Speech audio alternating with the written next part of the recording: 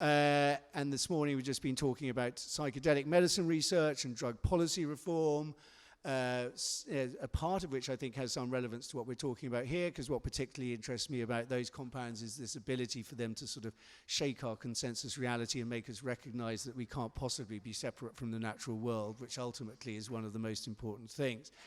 And tomorrow I'll be talking to Bruce Parry about his presentation yesterday, about tribal insights, about egalitarianism, about peaceful revolution, and all of what he's learned from living with indigenous people. And then with Shane Mouse, an American comedian, around consciousness issues, who's also going to be talking at 4:30 on the Park stage here, and I highly recommend you go to that. He's hilariously funny, but very bright man, and one of these unique people who's able to take quite serious issues, talk very intelligently, but also humorously about them.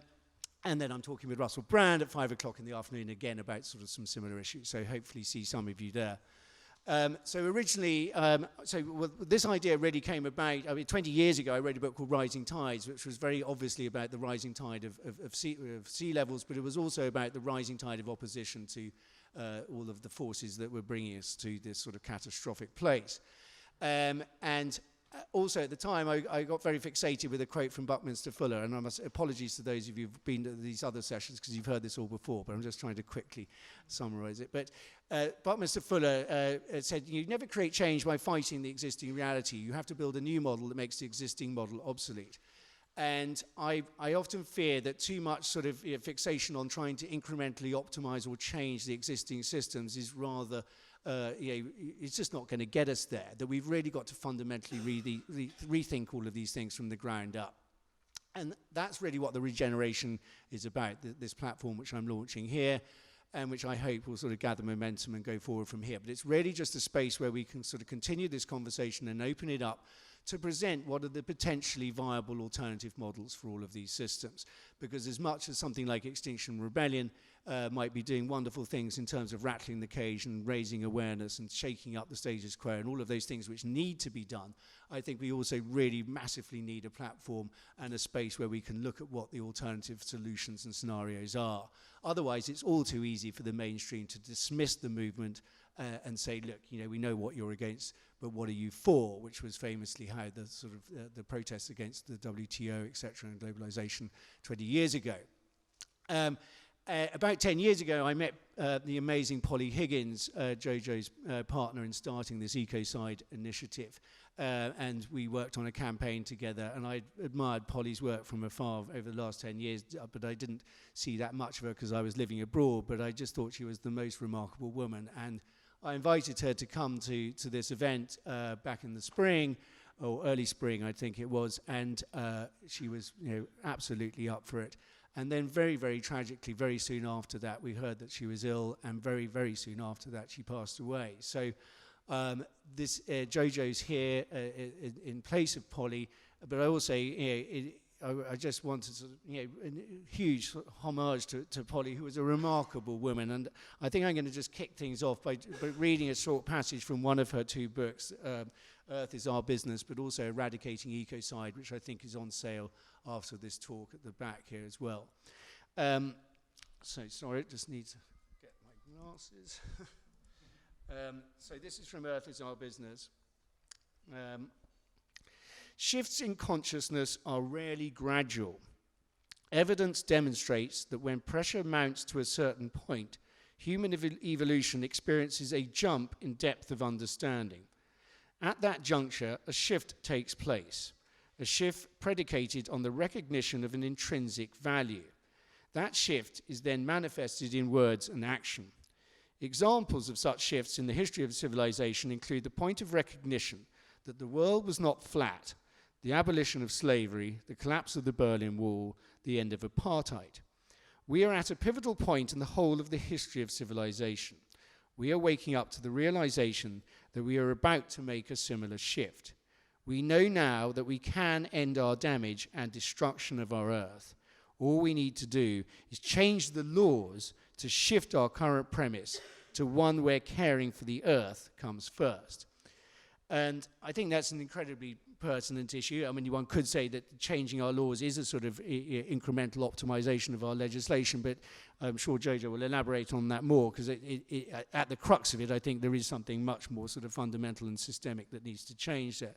So that's my sort of launching point, and I would like to introduce the fabulous Jojo Mehta to tell us how you started working with Polly, how the evolution of this Ecocide initiative came about, and where it's all going. So over to you, Jojo. Thank you so much. Thanks ever so much, Rory. I worked with Polly for the last 4.5 years of her life. We met in 2014, and we met because Polly moved to the area that I live in, which is Stroud in Gloucestershire, now also made even better known by the fact that several of the co-founders of Extinction Rebellion also live there. And so it's becoming a little bit of a radical hotspot. When Polly moved there, I had been spending the last year or two getting involved in the anti-fracking movement. So I was coming from a campaigning perspective, and she was doing research around, for a case at that time, around fracking. And a mutual friend introduced us. And we instantly got on, and we'd literally been working together ever since. And for me, this was coming in part way through what was essentially a 15-year quest for Polly, the last 10 years of which were completely dedicated to the concept of ecocide, large-scale destruction of the natural world, and how to make that illegal, how to make that a crime on an international level. Polly was a barrister. In fact, she was just on the verge of kind of hitting the big time in terms of the cases that she was getting and the successes that she was having. And you know, her colleagues were pretty much telling her, this is it, you're made now, you know, this is you taking off. And she found herself looking out of the window at the Royal Courts of Justice in London and saying, you know, this is it. She'd been representing employees, and she looked out of the window and said, well, actually, it's the earth that needs a good lawyer here. And she found herself asking the question, how do we create a legal duty of care for the earth? And that was what took her on what was to be a lifelong quest. She started off from the arena of earth rights, which has now grown and grown, and there's a huge movement now worldwide for rights of nature, and giving nature legal personhood, something that, rather tragically, corporations have had for quite a long time. And she was actually strongly involved with the Universal Declaration of the Rights of Mother Earth back in 2010. But what she realized fairly sort of early on in her what really became a kind of a crusade, if you like, a pioneering legal crusade, was that rights are just one part of the picture. It's one side of the coin, if you like. And the other side is responsibilities. And that's what comes with criminal law. In a very simple illustration, you know, we have a very basic right to life. It's probably our most basic human right. And yet, that right is not protected unless we have a criminal law to protect it, and that criminal law is murder. If we did not have a law to say, thou shalt not kill, effectively, then the right to life isn't worth a huge amount. And so it's the kind of balance between those two that creates the protection that we need. And in this case, we're talking about the protection of all life. And so the corresponding criminal law to cover that is a crime of ecocide. And that's what Polly realised. And she submitted a definition into the UN Law Commission back in 2010, which had really quite a straightforward definition of what ecocide is. It's serious loss, damage, or destruction of ecosystems such that peaceful enjoyment by the inhabitants has been or will be severely diminished. And you notice she uses the word inhabitants. It's not people. It's, you know, all life forms that inhabit a given area. And to test the seriousness of that, she uses the definition that's used already within environmental war crimes. And that is it serious? Is it widespread? Is it long-term? Is it severe? So widespread, long-term, or severe. Those are the things that define whether something is an ecocide or not. And this was tested. It was tested in 2011 in the Supreme Court in the UK in a mock trial. Okay, so given that the crime was not in existence, it was tried as if it were. with all the, with the judges, the prosecutors, the clerks of the court, they were all doing their normal job, if you like. The only actors in that scenario were the defendants. So it was a real test of whether it could be used in a criminal court, and it was found that it could. And now that was quite a long time ago. That was back in 2011. And Polly spent the following 7-8 years raising awareness right across the world about this concept.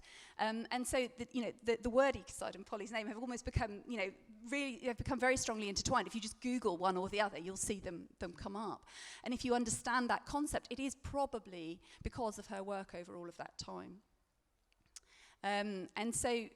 But one of the things that emerged over that time, as Polly was trying to get support for this, was that the big wealthy states, particularly oil states like ourselves, didn't want to support it. It felt too radical, and of course there's a hand-in-glove situation with polluting industries, with the big economies.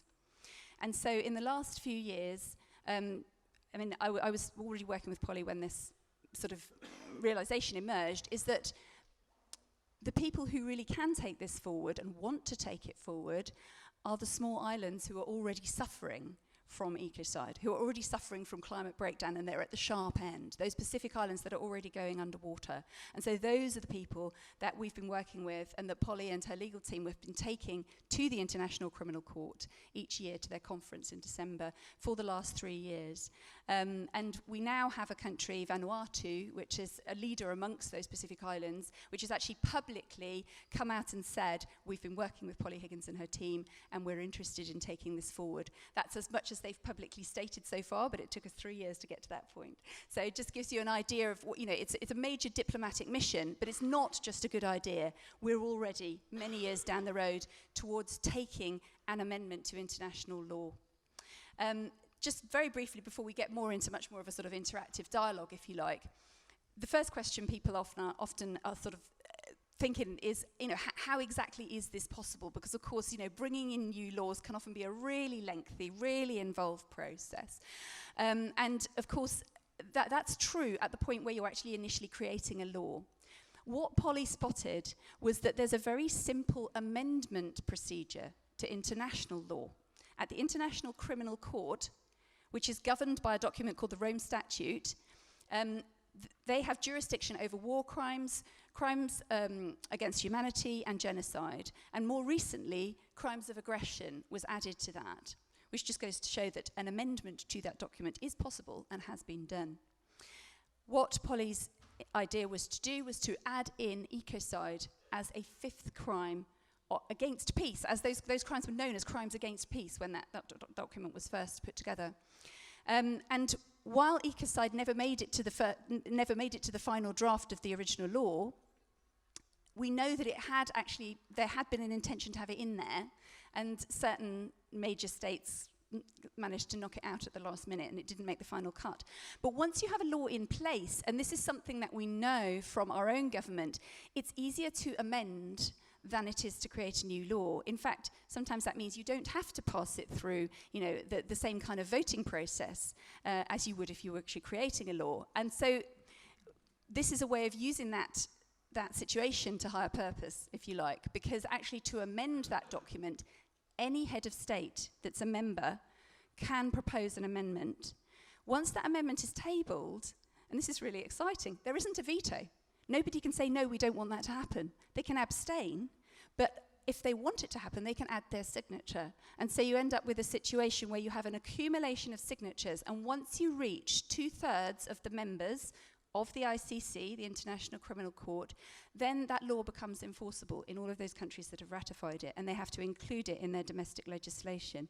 So it's amazingly straightforward and actually possible.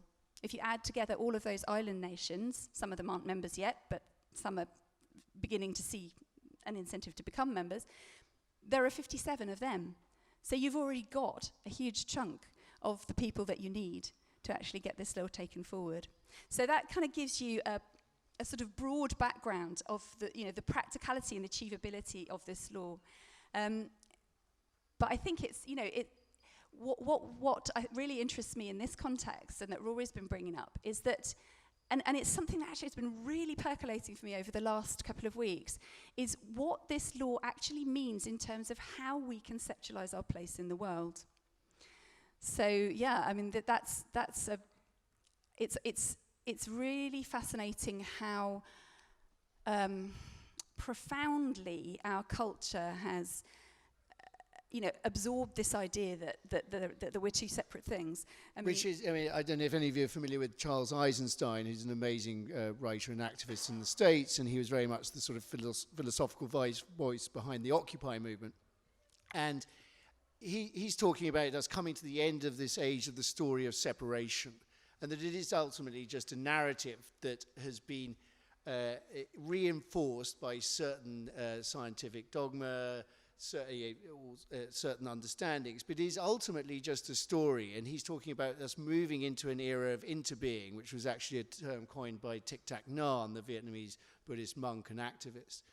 And Eisenstein resonates with me a lot around all of these things massively, and his great book is called The Ascent of Humanity, and he does a much more erudite job than I did in Rising Tides, in a much more compressed way, about trying to delineate the various factors that have separated us from nature and brought us to this point, starting with, say, the Genesis myth, but also this sort of materialist reductive paradigm of the scientific revolution certainly over the last 150 years. And we've sort of got to the sort of zenith of that point, I feel, of this sort of atomized, alienated, individualized, separate state of consciousness. And what more and more people are recognizing now through this great upsurge of interest in mindfulness or shamanic practices and the use of sacred plants, but also just a more sort of transpersonal sense of us being deeply interconnected with each other,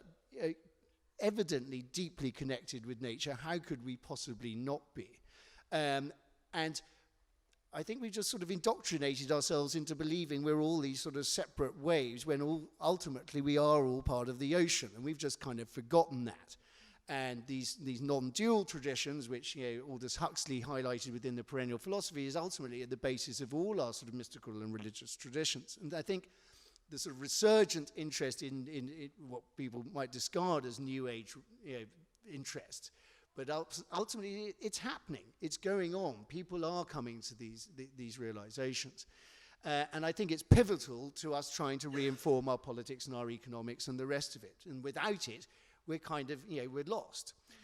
So I'd be really interested in how that relates to your work, but also maybe to pick apart a little bit more what you said there in more detail about what that might look like in terms of how a current polluter, through legislation, is going to be forced into a very different position. And actually, through these legislative mechanisms, we can make these dinosaur industries go the way of dinosaurs where they should be, and that extractive industries and the fossil fuel industry realize that their time is up. Absolutely. I mean, I think it's interesting to look at this whole dynamic with nature in relation to law. And, we have, I mean, my guess is that everyone in this room probably has, at the sort of level of a kind of heart understanding, that it's morally wrong to destroy the earth. That there's a kind of, it's something that we all kind of recognize at a kind of heart level. But it's interesting how we don't necessarily apply it. I mean, even those of us who think that we're with the program, we're connected, man. We still have a level of assumption when it comes to certain arenas. And what I've discovered is that law is one of those arenas. I mean, I'll give you an example. It forms an interesting contrast with the current atrocity crimes, which is what the International Criminal Court deals with, these war crimes, genocide, crimes against humanity, where those crimes are committed with intent, kind of, effectively, if you're going to go to war with someone, you've got to decide to do it, right? Whereas with ecocide, and also it tends to be a state or, potentially a group within a state that decides to persecute another group or whatever it is. Now, with ecocide, you've got a very different situation. It's essentially a corporate issue.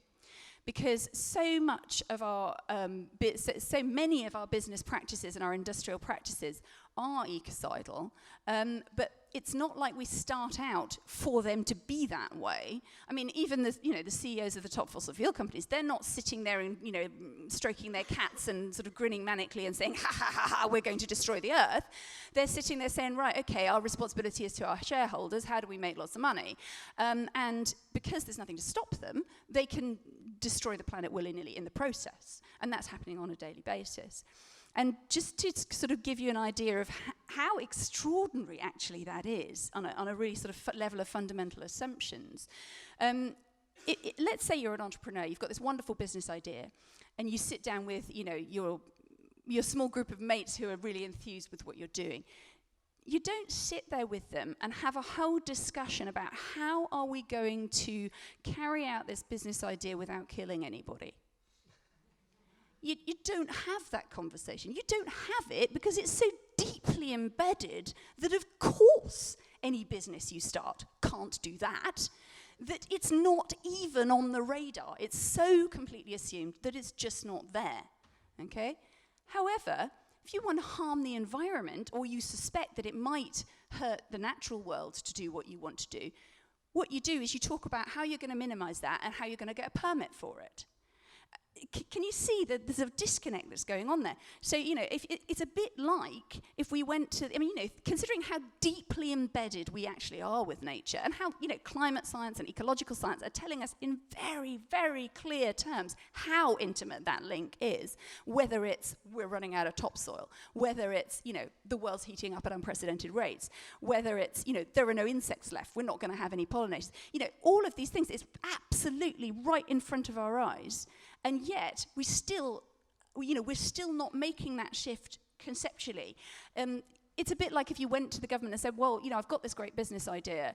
We're going to beat up a whole bunch of people regularly. And, we reckon that probably in the course of natural business, we'll probably kill a couple of hundred. But I tell you what's going to be great for jobs.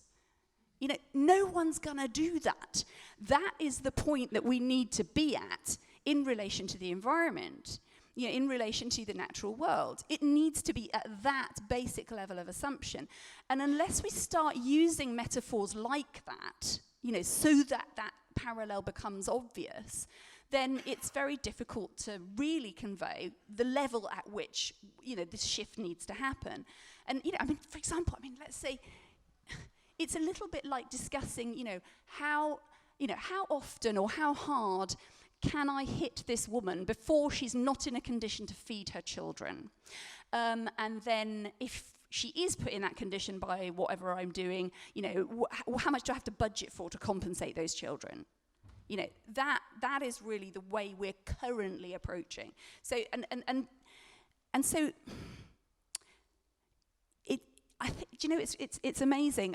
I worked with Polly for 4 years, and we were constantly butting up against people's slight sort of, it's either, but it's not really that bad, is it? And that's something that Extinction Rebellion have really blown out of the water, and the youth strikes. That's been amazing. We've suddenly found that we can have conversations.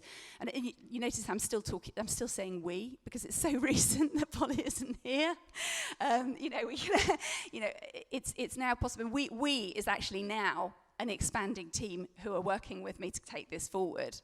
But we're still having these conversations, and some of those are becoming a lot more. People are listening a lot more.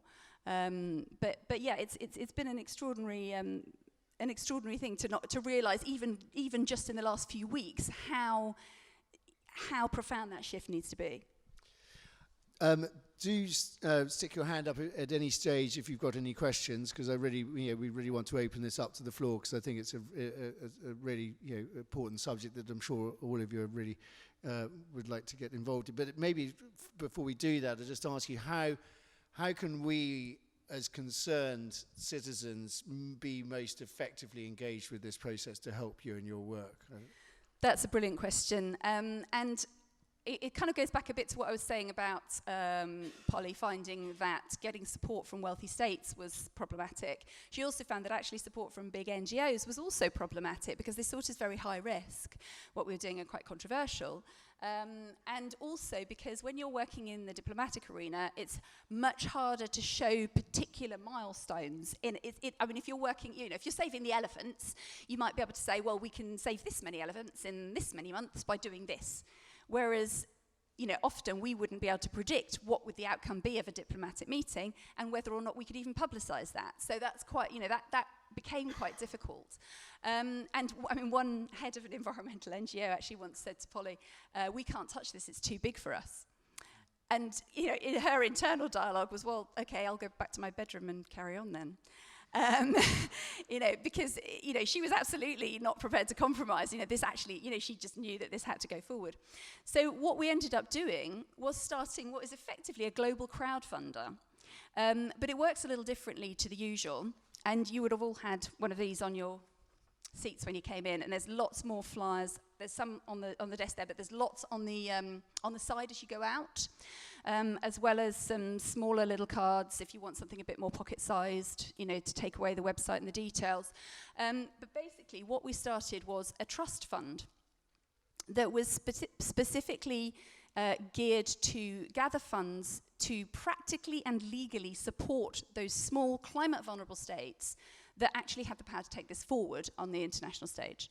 And so, the funds that go into that are directly used, they're kind of ring-fenced for actually legally progressing the law and the meetings, the conferencing, having people show up at those conferences and so on. All of that, goes directly to support that. It's very, very targeted. We're not a campaign with lots of side projects. We're not like kind of Friends of the Earth that is doing something here, there and everywhere. This is a very, very specifically targeted campaign. But you do this by becoming an Earth Protector, which is lovely.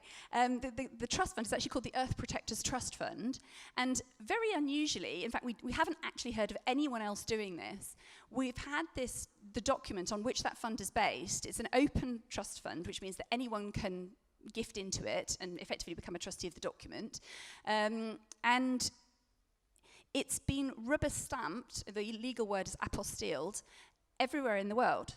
It's virtually every jurisdiction in the world has kind of stamped this document as legally valid, which is an extremely unusual thing to do. It does a number of things. One, it gives it credibility. So when, let's say those small islands are standing up and saying, well, actually, we've got a lot of civil society support across the world for this, and we can show you this because it's actually a trust fund that's set up specifically for this, which is, has a lot more weight to it than just saying, well, someone's done a crowdfunder, which is all wonderful, but it just gives it that extra weight. The second thing it does, which is also quite unusual, and this is particularly relevant for activists, so if you happen to be joining an XR blockade somewhere, for example, becoming an Earth Protector by joining our campaign, if you like, it gives you the ability to use this document in a court of law. So if let's say you're arrested for blocking the road, and you find yourself in court, normally the court would only want to know, were you or were you not blocking the road? What's the evidence of your crime? We do, however, have a right to freedom of conscience. That is one of our human rights. And you may have heard amongst the Extinction Rebellion kind of, buzzwords, the phrase conscientious protector. That was actually a phrase coined by Polly, because she recognised that in the 20th century, conscientious objectors were seeing the harm of war and wanting no part of it, and so they were objecting from their conscience. And that was from a deeply held belief in peace and, that war was a great harm. What Polly's thinking was that, effectively in the 21st century, the key crime that we're facing, the harm that we're facing is ecocide. And our conscience is telling us not only do we want no part of it, but we actually want to protect the earth from it. So we're conscientious protectors. And so what this document does, as a signed-up Earth Protector, you can say, I'm relying on my human right to freedom of conscience. I'm acting according to my conscience. Not only am I doing so not harming anybody, I'm actually doing it to protect. And so it's primary evidence that you're not taking action as a criminal, in other words, to cause harm, but you're taking action as a conscientious protector to prevent harm. And although we haven't had anyone acquitted on that basis yet, in fact, in the 20th century, I think it took decades before the conscientious objectors actually gained, that legal status. But we don't think it'll take anything like that long. But what we have noticed is where people do use this in court, they get very lenient sentences, very low fines, and they also get the opportunity to put their case. They get the opportunity to say why they took the action they did. And coming from a campaigning background myself, I know that is the one thing you want. That's why we're all on the streets, is to be able to say why we're doing what we're doing. So in terms of everybody supporting Polly's work and our work going forward, it is about becoming an earth protector and telling everybody about what we're doing, effectively spreading that word. And it's 2 minutes and £5 to sign up. We reckon that actually it's probably, with 2 minutes and £5, there's pretty much nothing else more powerful you can do right now on the planet, because of the potential change that this can ultimately bring in. And I think it's worth noticing that, you know, there is a strong relationship between law and cultural morals. Because, you know, if you think about it, a few hundred years ago, you know, if someone insulted your brother, you know, it was okay for you to, you know, pistols at dawn was acceptable.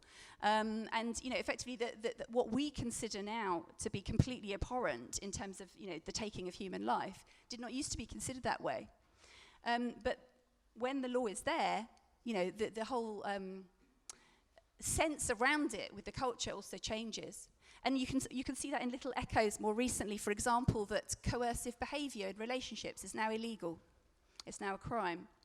And so, you know, those things start to change how we all behave around a certain issue, so that the moral and the legal are very closely intertwined. And those major advances in human freedoms, whether it's the abolition of slavery, votes for women, apartheid, civil rights, you know, it's always this kind of combination of moral and legal and grassroots moral outrage, if you like, which we're seeing now with the climate uprising, the movements, and legal changes from the top. So, you know, we consider ourselves to be very much in a complementary relationship with those climate mobilizations.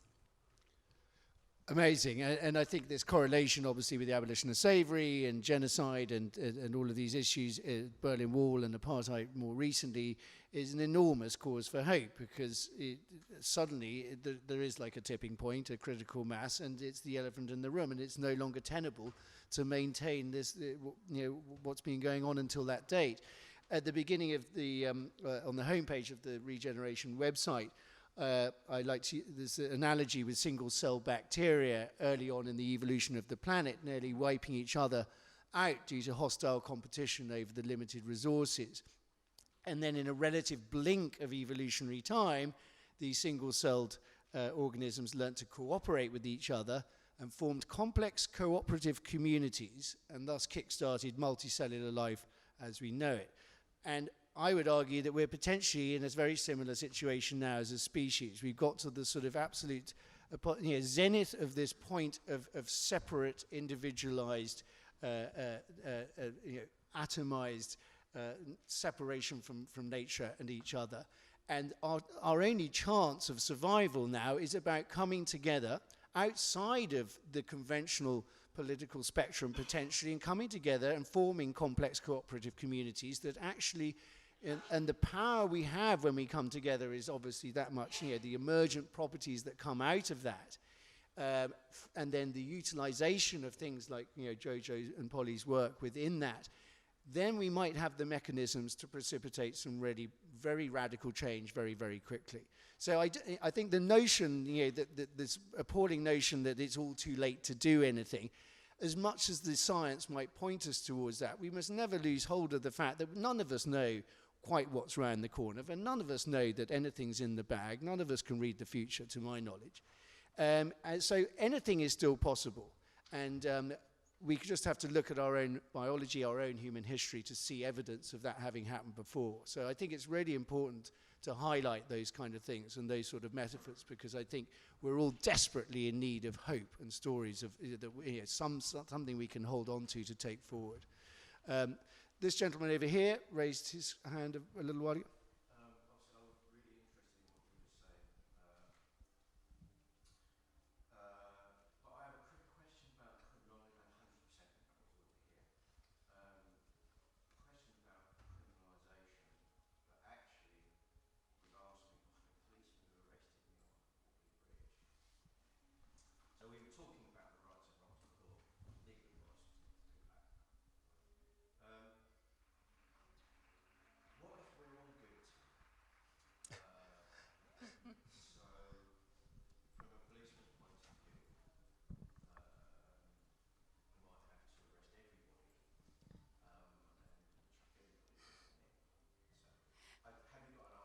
Absolutely, yeah. And this is often a question that arises. Surely we're all guilty. We're all driving fossil fuel cars. You know, we're all potentially, you know, buying single-use plastic, whatever it is. You know, are we all guilty? With the crime of ecocide, it's aimed at persons of superior responsibility, which it's treated as an atrocity crime. In the same way as war crimes or genocide. And in those instances, it's not every soldier in the army that gets to be up in front of the court and be sentenced. It's the persons of superior responsibility. So it's aimed very specifically at government ministers who issue permits, for example, CEOs, heads of operations, you know, those people who are in those positions of power. And it's a very interesting one because, yes, of course, we all need to take responsibility for where we are in, you know, the current situation in the world. But as one friend pointed out to me recently in exasperation, you know, it's actually almost the crowning achievement of corporate PR to say it's all of your fault because you buy these things. Now, actually, corporate PR has spent 70-odd years, you know, and huge amounts of money persuading all of us that that's what we want and that that's what we need. And one of the things about reconnecting with nature and actually, you know, working in community and working in conjunction with the natural world is the number of people who sort of go, oh God, I suddenly realize I don't need all those things I thought I needed. You know, so, you know, it's actually a bit of a con. I mean, that doesn't mean that everyone should not take responsibility. Of course, I believe we should all take responsibility. But actually, you know, all of these things, and, you know, it's all like kind of, you know, mopping the floor with the tap running. I mean, even legally, we're looking at that. So we're seeing climate litigation across the world. There's now over 1,300 cases across the world, and many more of, you know, sort of ecological negligence and all these sorts of things that people are taking to the courts.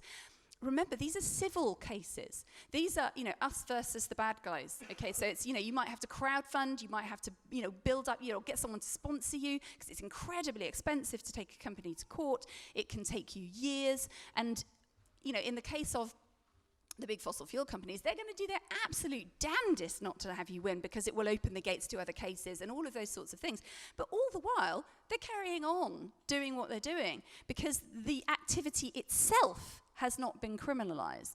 And so, you know, I mean, even back in 2012, I mean, Polly had a conversation with, I think it might have been the head of one of the big banks, might have been Royal Bank of Scotland, you know, anyway, saying, so, you know, why is it that you would, you know, support this activity? And the answer was, well, it's not a crime. You know, the money is still going that way. Those funds, that tap is those funds. Those funds just keep going. They keep going. They keep going if they're not stopped. And actually, I'm really glad you brought this up because it's one of the real powers of the idea of making ecocide illegal. Because actually, yes, on the one hand, you get the possibility of potentially, you know, head of Shell, head of Monsanto, head of, you know, you name it, potentially in the dock. Okay, that's exciting. But actually, it's not really what it's about. What it's about isn't stopping the bad guys, much as that's great. It's about stopping the harm. Because what we're looking at, and especially if we want to take everybody with us, what we're looking at is the ability, let's say, you know, a little group of those islands, this is what would happen in our ideal world, a little group of those islands tables that amendment. That is a really big deal. That will be a major, major story. And that is when everything starts to change, because that is when the insurance companies go, uh-oh, that's coming on the horizon. We had better not underwrite those activities anymore.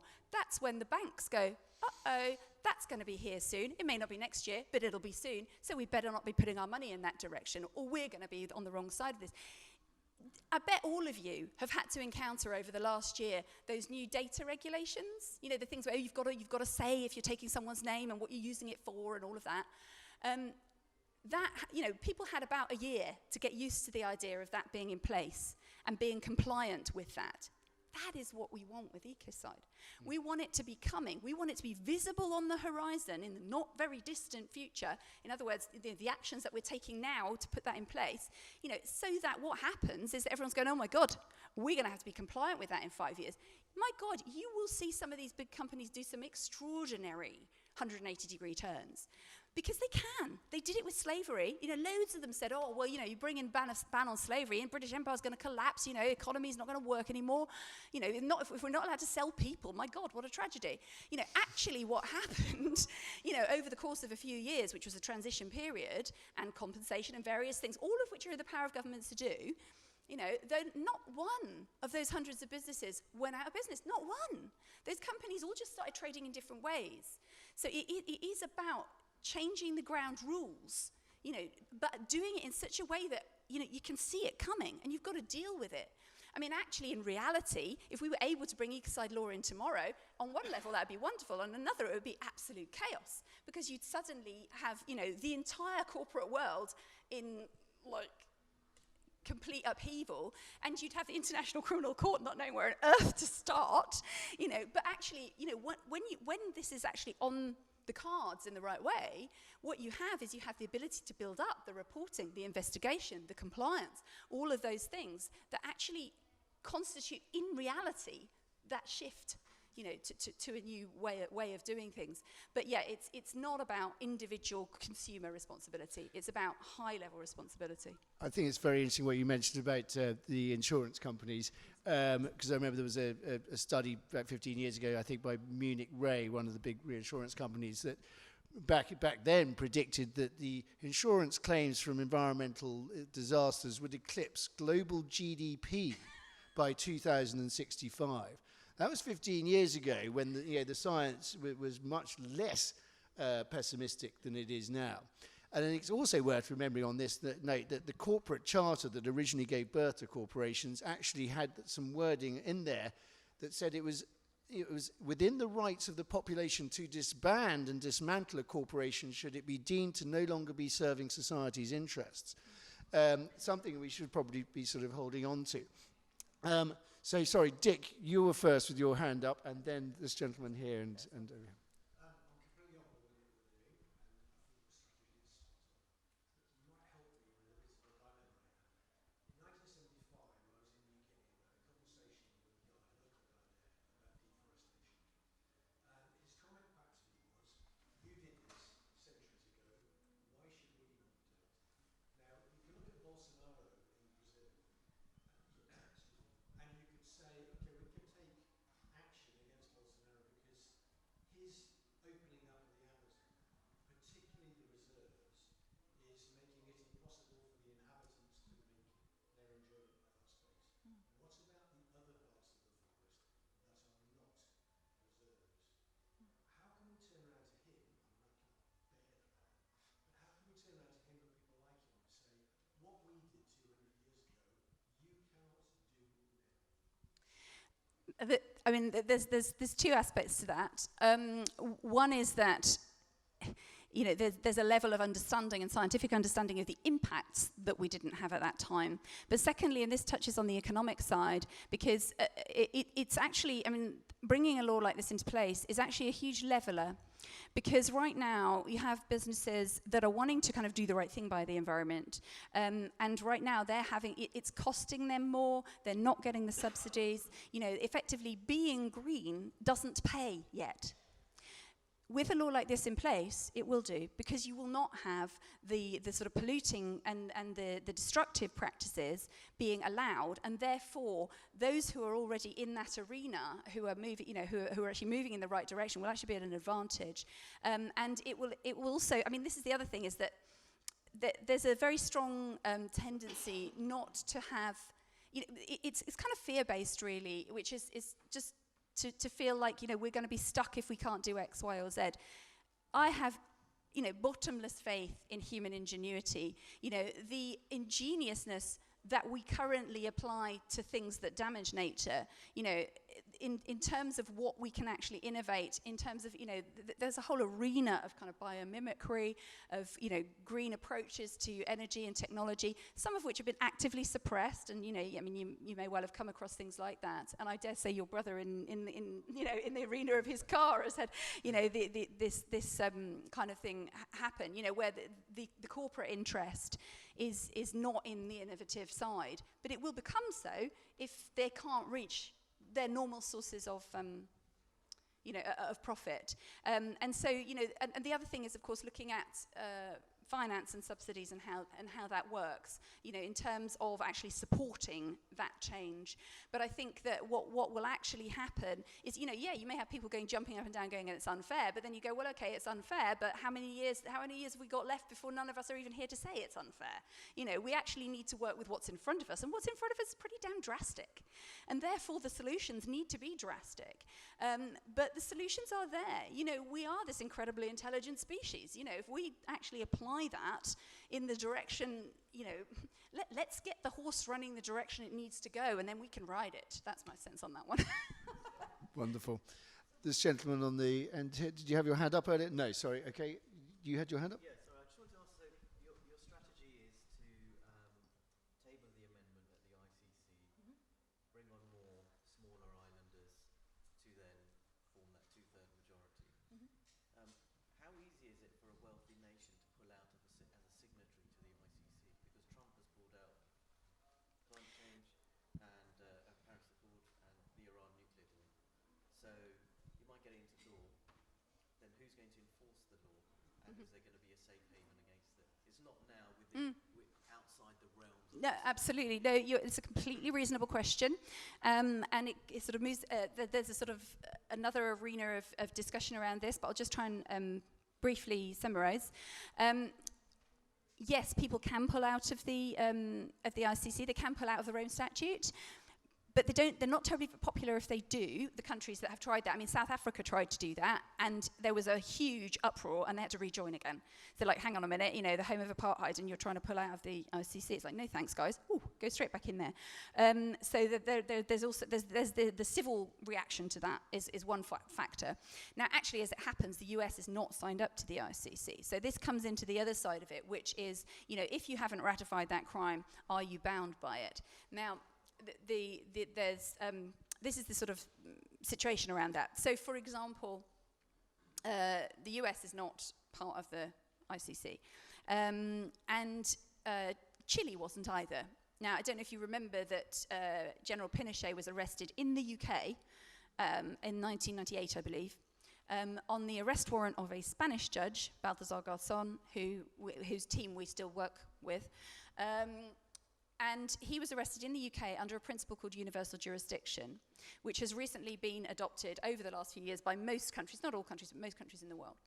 And what this means is that Pinochet, although his country was not signed up to the Rome Statute, when he set foot in the UK, which was, we arrested him. And he said, hang on a minute, we're not signed up. And the UK Supreme Court, actually went to the Supreme Court, and they said, no, we're signed up to this. We subscribe to universal jurisdiction principles, which means that if you set foot on our territory, you're a criminal on our territory, and therefore we can arrest you. So with that principle in application, which is very important for the ICC, what that means is that you can pick off criminals as they go through your country if you do subscribe and you have ratified that crime. So that's one element of the power of it. Another element is that you gradually start to marginalise the polluters. Because if you think about it, the people that are most likely to sign up to this, the states that are most likely to sign up to this, are going to be the exploited states rather than the exploiting states. So once a state is saying, you can't do that in our country because it's illegal, you have a gradual marginalisation effect, which effectively means that eventually the US and China are going to be polluting only on their own territory. And certainly in the US, that isn't going to please people very well. And so you have, it's quite strong, it's quite influential, therefore, even if that country hasn't signed up. China's not signed up, US is not signed up, and there's a few big countries that are not signed up. But the important thing, and I think this is another thing, is the important thing is you start influencing, it becomes preventative. So as I was saying, you get insurance companies, you get backers saying, this is not safe to back. And the multinational companies soon start to be multinational in rather fewer nations. And they can't, they have to actually withdraw their operations from from a lot of countries. So you start to see a direction that people move in, and it becomes very persuasive. The second thing is that even just once it's tabled and you've got certain countries signed up to it, civil society has a huge lever. You're actually going to see that as a massive turning point. That's what I believe, because effectively you're then going to have, people in right across the world, especially in those countries that you know, suffer from ecocides, of course. But you're going to have them saying, well, hang on a minute, these guys have all signed up. What's your excuse? Now, right now, in the current situation that we're in, the only reason not to sign up is short-term economic gain. I personally cannot see any other reason not to sign up to this. Yes, it'll be a big deal. You know, people, you know, you are going to have governments, you're going to have the, you know, civil servants and everybody going, oh my God, how are we going to deal with this? And you go, okay, look back to the Second World War. How did you deal with that? You transformed. In the UK, the economy was transformed virtually overnight to deal with a wartime situation. And I'm certainly not going to be the first one to say that we're in the equivalent of a wartime situation. Yes. Sorry? That's a really good question. I don't have 122 countries in my head, but I'm now going to go and check. I'm just trying to understand how many people aren't signed up to the ICC. So there are 122 signatories at the moment, so it's sort of just short of two-thirds of the world. This lady at the back here. You obviously took a strategic decision at the outset to focus on the ICC, to focus on the international crime. But did you also consider, as part of that process, whether it would be worthwhile focusing on getting states to sign up to that criminal law, or even on a regional level? For example, getting the European Court of Human Rights to pass some sort of additional protocol, that kind of thing. Because it seems to me that there are so many flaws with the ICC that it may be a good idea to start from a more grassroots state level. It's a very good question, and there are very specific reasons why that wasn't Polly's focus and hasn't been our focus. The simplest is it's about simplicity. The procedural procedural route to amend international criminal law is far simpler than any single state's procedure for putting in a law, and it's also far more effective than anything in the civil arena. So most of the UN bodies, I mean, actually the ICC isn't a UN body, it's separate, although the UN Security Council can refer cases to it. But for example, the European Court of Human Rights, or the International Court of Justice, or there are a whole number of different legal bodies that can give advisory opinions or that can issue protocols. But the thing about those is that unless you go to the level of criminal law, you can't enforce it. So if you think of law as maybe like a pyramid, you have at the bottom, you have soft law, which includes things like treaties and agreements, of which there are thousands upon thousands, and the Paris Agreement is probably the best known in this arena. It's, to be honest, it's the best thing to have come out of climate negotiations, and that's not saying an awful lot, okay, because it's not enforceable. As we know, people can pull out of it willy-nilly, but even the people that don't pull out of it, I mean, we haven't pulled out of it, but are we keeping to it? You know, I mean, it's you know, who's going to hold us to account if we don't keep to it? Unless you make something criminal, there's no way of enforcing it. I mean, there are amazing firms like Client Earth that you may have heard of, that Dave Gilmore just gave all his millions from his guitar from, you know, lucky them.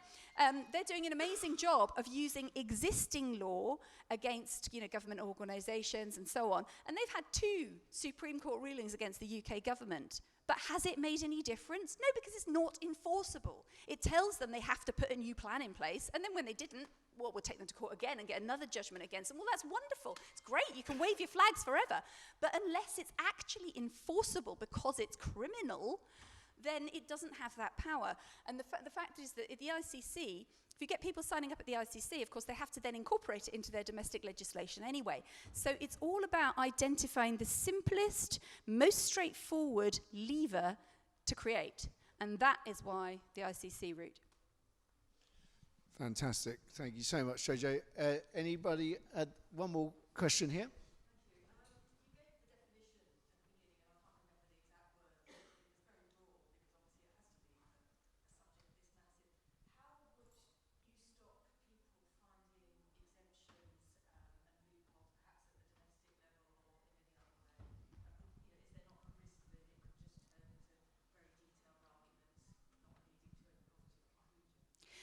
Again, an excellent question. Did everyone hear that? It was whether, you know, it was going to end up being too easy for, you know, companies or corporations to kind of find loopholes and work their way around it in domestic legislation and all of that kind of thing.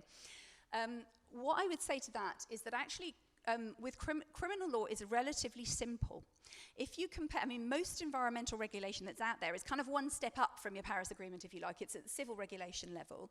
There are some pollution crimes, and you know, in different countries have different actual criminal provisions for certain arenas of environment, but most environment regulation is civil law, and most of it is actually very detailed. So, you know, you're allowed to use this many of a certain chemical, but not this many. You can use it in this context, but not this context. So, you know, it's very, very detailed. And actually, I know this may sound counterintuitive, but that is far easier to work around, far, far easier to work around than your average criminal law. Now, if you get beaten up on the street, okay, you don't go to a court and have someone going, well, was the bruise 2 centimetres to the left of your breastbone, or was it 3? And in which case, well, it's not actually assault and battery, because in fact, assault and battery only covers exactly that. That's what you get at the moment with civil environmental regulation. With criminal law, they're going to go, how serious is it? Where's the evidence? Let's see the bruises. You know, let's see, and it's like, you know, okay, right, we can see it now. So is that widespread, severe, long-term, or in the case of, you know, you getting beaten up, is it grievous bodily harm? Is it assault? Is it attempted murder?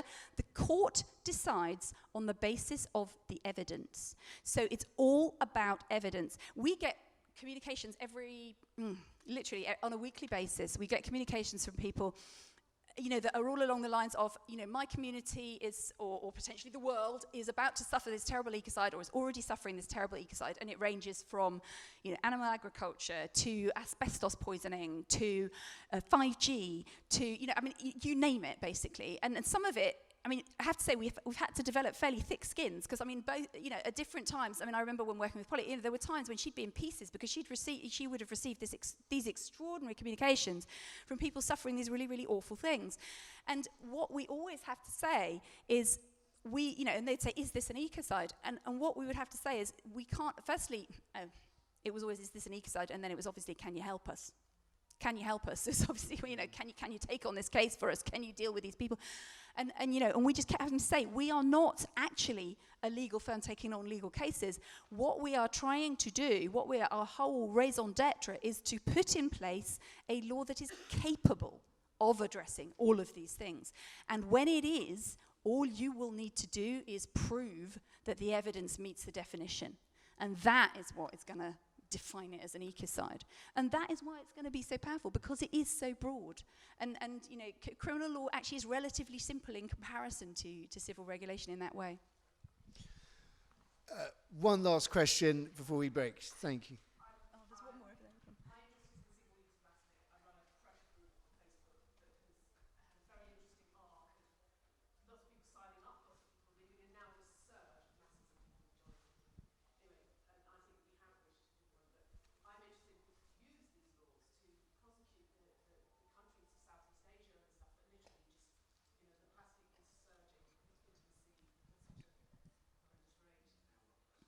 Yeah, the question was about single-use plastics, and could this law be used to prosecute those who are, you know, effectively dumping plastic into the sea at a huge rate? Yeah, because there are countries that don't have the infrastructure. My suspicion is that it's, you know, with all of these things, it's a question of, as I say, having the thing approaching, you know, so that more and more countries and more financiers and insurers can see that this is not something that can be backed. As with any crime, it's not going to completely prevent it. You know, that's going to be an ongoing struggle, just like even, you know, like now we're still fighting slavery in different forms. But what the really important thing is actually, ultimately, it's the conceptual, it's the perceptual shift.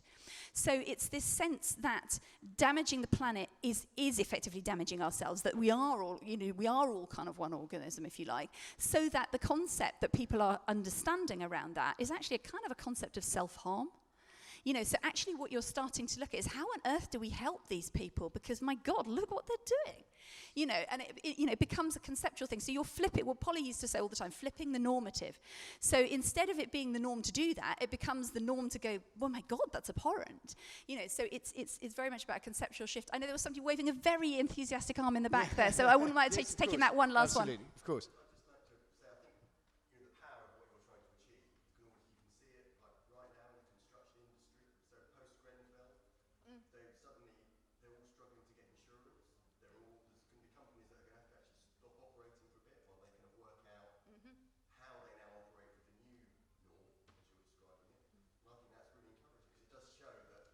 It shows it's been done before. Yeah. Yeah. That it can be done.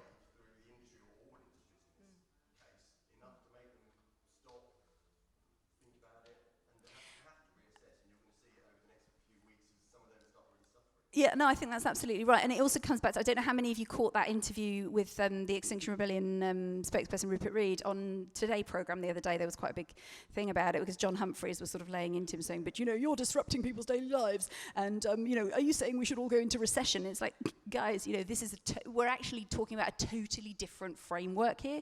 Who cares about a recession if we're all going to die in a decade? It's actually, it's actually about perspective. It is about perception and perspective. And I think, and what the example that this gentleman just gave is actually, in a sense, a perfect example that when something does change at the criminal level, there are really strong knock-on effects, and it will be on a very grand scale with this, but it needs to be, and actually let's see that as a challenge. Let's not see that as an, oh my God, I can't carry on my business as usual. Let's see it as a, how do my grandchildren get to carry on my business? Wonderful, Jojo. Amazing stuff. Really, really inspiring. Thank you.